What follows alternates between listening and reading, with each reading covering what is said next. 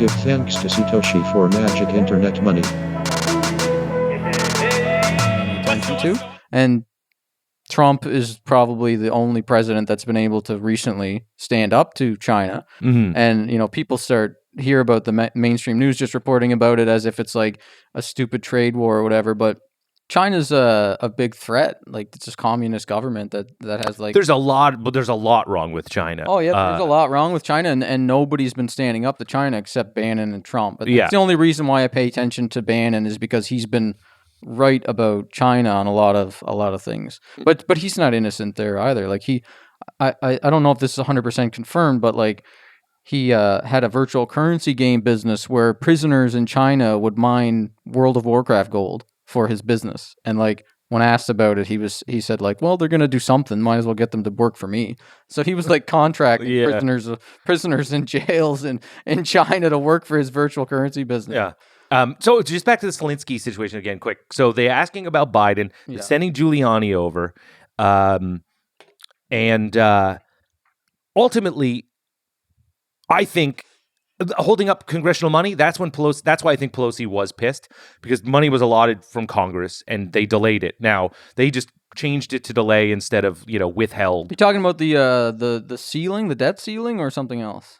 I'm talking about the military aid that was that was allotted aid from Congress, right? Like Right. Congress allotted it. But it wasn't stopped. It wasn't delayed, really. It was delayed. It was delayed. It was delayed for 2 weeks, and the only time that it was only released after the whistleblower, it was known that there was a guy who was coming out against it. That's why that phone call between, was it Sondland and Trump was basically, so what do you want me to do? Tell Solinsky to do whatever he wants. No quid pro quo. Like I don't want nothing. Yeah, I don't want anything. Tell him to do the right thing. No quid pro quo. He threw in no quid pro quo because he knew that was the word that was already being used. Yeah, but still, like if you think like just like with Russiagate that there was no actual, like he wasn't a Russian shill, he wasn't a spy for Russia or whatever. If that's the way a lot of people in the U.S. think, that was just bullshit, and that this is also bullshit, and that it's just normal. Right, presidential business. I don't. But that what I'm saying is I don't. I think that him holding up the congressional aid, military aid, to a strong ally that is the Ukraine against a big enemy, which is Russia. Specifically to, okay, you can say CrowdStrike, you can say he wanted to just be vindicated, fine, but he also brought Biden into it, who is a political rival. It was delayed for 2 weeks, and it was only released after he was aware that the whistleblower was out there saying that there was he asked for a quid pro quo. Right. So basically... Politically, it sounds calculated. It does. But also, put yourself in his shoes. He's been attacked like nonstop on all these little issues that turned out to be not true. Like he's been, but this is true and only stopped being true as soon as he found out about it. Not really, because the whistleblower was actually a CIA agent, which isn't a real whistleblower. Whistleblower is like Julian Assange or Bradley Manning or like one of these people that work for NSA or CIA. It's Chelsea Manning. Chelsea Manning. Sorry, everybody out there. Didn't mean that. The cardinal sin.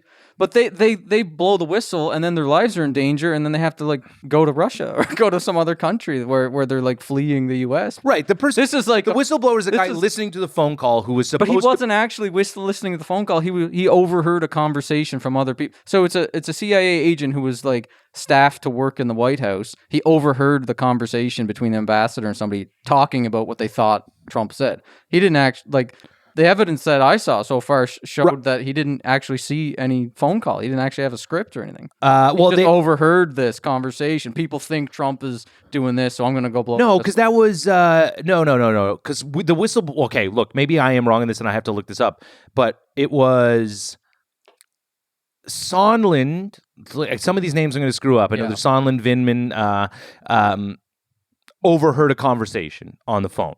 The whistleblower didn't testify. He actually heard the phone. He heard the call. He was listening in because some of these calls are monitored by people to make sure things are on the level, or they just do it for security purposes. And then he went to his higher up to say, this is what I heard. See, that to me sounds kind of suspect. Like the CIA should not be spying on the president. and then sending a fake whistleblower in to say, "Oh, we're going to blow the whistle on what we heard," and then he goes back to work for the CIA. To me, that sounds like more deep state stuff than it does sound like that. Right, but I'm not. I don't want to get into the. I really deep don't state think. stuff. I don't think the whistleblower actually heard. But who the hell am I to know? Right. This is what Really? this is what I had read. Now, again, exactly. The problem is when you get too skeptical of the media, you can't really believe, and that's when you get too deep in the conspiracy. But if you just look at the facts of it all, there was no delay, and yes, Obama was skeptical. No. The facts is there was there was a delay. no there was a delay, but there was no meaningful.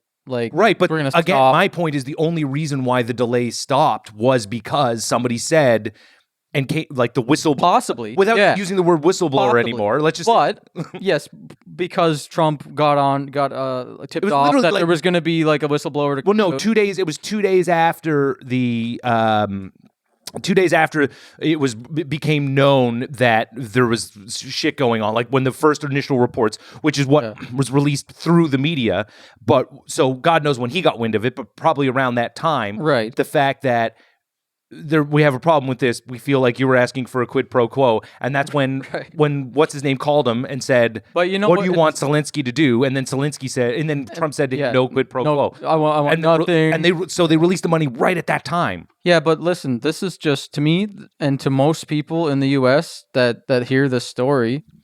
Like, I'm not in the U.S., but like to most people that are like independently thinking and not swallowing everything that the media is saying. You hear this story and you're like, okay. I independently think as well, Brad. well, you're more, I'm not just swallowing what the media. No, but you put yourself in the shit, right? Because you got a podcast on this, you got to cover all this, right? So you're gonna be like unconsciously exposed to this narratives that. Well, like, I read, but the thing is, dude, I read the news. Like I listen to independent podcasts as well. Like in a day, I'll listen to like Ben Shapiro's the New podcast. York Times Daily. No, go fuck yourself, Mr. I know the truth. Put a tinfoil hat on, has a goddamn anti-coronavirus suit in his fucking hotel room I'm glad in they case let it me breaks check out. Yeah, I'm glad. You're gonna get fucking stopped with that shit because they think you're gonna go spray radiation over Times Square. No, look, man, I'm skeptical. That's what I take in different news sources. Look, okay.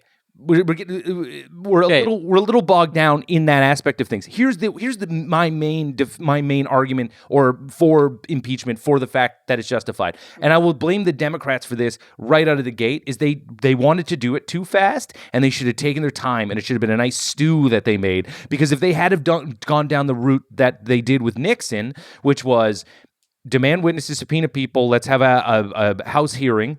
And then he's like, no, executive privilege, you can't talk to these people. And then they go, okay, well, we'll go to the third branch of government. We'll go to the courts. All right. And then over, months and months of them fighting out in the courts were like, nope, this is an executive privilege. And then Nixon was like, got to resign then, because if they get this information, I'm fucked. Yeah, except in this case, the information is a dud. The information is no, because his staff refused to testify.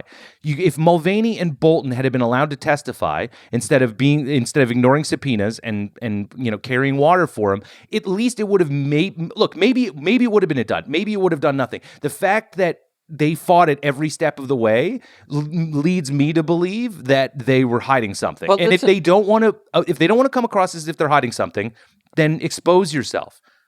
To me, this sounds like, and to most people, I think, it sounds like semantics over legalities of constitutional law and stuff like that doesn't impact people's lives.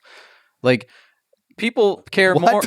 Okay, so it's like that's not a good excuse. Yeah, it is, because no, it's not. If there's laws that are broken by somebody and somebody but every president breaks laws. Every president does this stuff. And if you have a special counsel that can look at every single text message and phone number that you've dialed and every email you've ever sent, there's going to be crimes found. Everybody breaks the law like 4 or 5 times a day. There's so many laws right now. Not to say that I don't know, man. That just seems like so. But listen, what Trump unnecessarily glib about the situation. No, but what Trump does, I think, is aspects of what he does is criminal, and I think he's not a great president.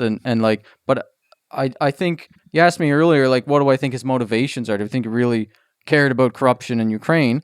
Well, I think he does care about the brand of America, and I think he does care about winning, and he does care about his, whether it's manipulation or not, like he cares about America, with the America First thing, the trade negotiations. Sure, I don't even care. So in that scenario, nothing to me. But in that scenario, if you're that guy, and you know that Ukraine has been going through a lot of corruption, and you know that, you don't think that they were. Here's the thing: Biden is corrupt as well. So stand there. We can stand on that together. Admit that.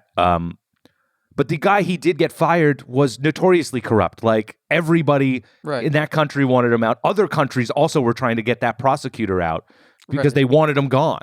So the problem. Yeah, and didn't Obama actually stop funding right before the election? Well, no, because Biden straight up said, you want that $1 billion? We're not going to give it to you till you fire this guy. So he literally did the same thing. That was the thing that Trump that was what Trump was referencing in the phone call eventually. But the first thing he was talking about was the hack, the DNC email hack. He wanted to know if Ukraine had any evidence that proved Russia was behind it or wasn't behind it, or validated or invalidated that CrowdStrike report that the DNC had hired to, get Trump to do negative political things to Trump, which is what they accuse him of doing to Biden. And yes, Biden and his son are both doing the same exact thing in Ukraine, which is hilarious.